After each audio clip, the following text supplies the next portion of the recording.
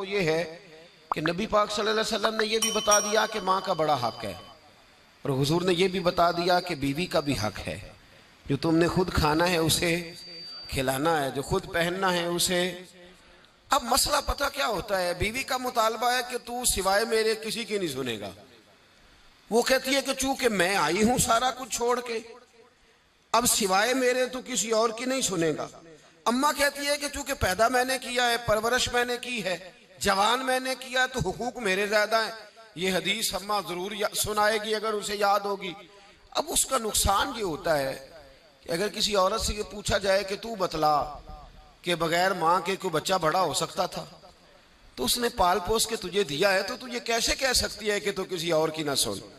और अगर अम्मा से बंदा कहे कि तू खुद ही गई थी इसको देखने, तू ही इसको लाई है, अब किस तरह करके ये मुमकिन हो सकता है कि खातून खाना जो निकाह करके आई है, जिसके हुकूक का तायुन खुद नबी पाक सल्लल्लाहु अलैहि वसल्लम ने फरमाया, उसको हक ना दिया जाए। हमारे यहाँ नुकसान ये होता है, एक आदमी कहता है कि भाई मेरी सुनी जाए और मेरे अलावा किसी दूसरे की न सुनी जाए, बिल्कुल मेरी हद तक मामला रहे, आगे ना बढ़े।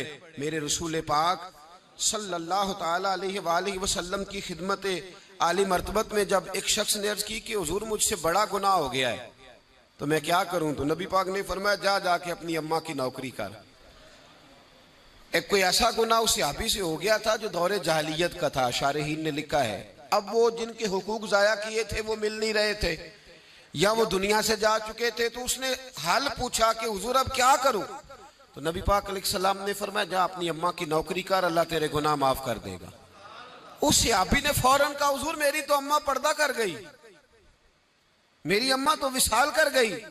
तो हुजूर ने एक नया हक बयान फरमाया, महबूब ने फरमाया जा जाके खाला की नौकरी कर, अल्लाह तेरे गुनाहों को माफ फरमा देगा। और फरमाया खाला भी मिसले माँ के होती है, खाला भी मिसल, तू जाके तो हुजूर अलैहिस्सलाम ने तो खाला का हक बयान कर दिया, नबी पाक ने तो तायुन कर दिया कि तूने नौकरी करनी है।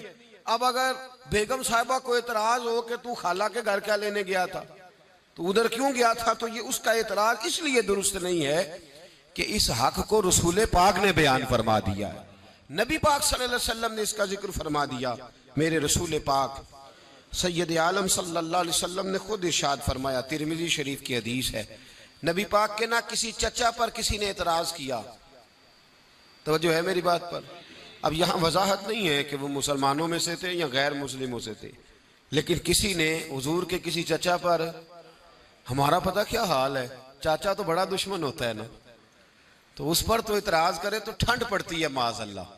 लोग कहते हैं फटाफट कर दो जुमले और कह दे, चाचा तो शरीक होता है, रोज अब्बा बताता है, अम्मा रोज तबसरा करती है कि बड़ा जालिम है।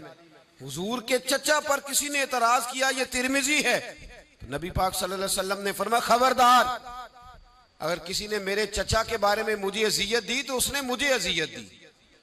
और फरमाया तुम्हें पता नहीं चचा तो इस तरह होता है जिस तरह बाप होता है, इस तरह होता है जिस तरह। अब चचा के हक का तायुन किसने कर दिया, नबी पाक सल्लल्लाहु अलैहि वसल्लम ने। अब अगर कोई शख्स इस पर यह शिकवा करे कि ये तो एक और हक आ गया, तो किधर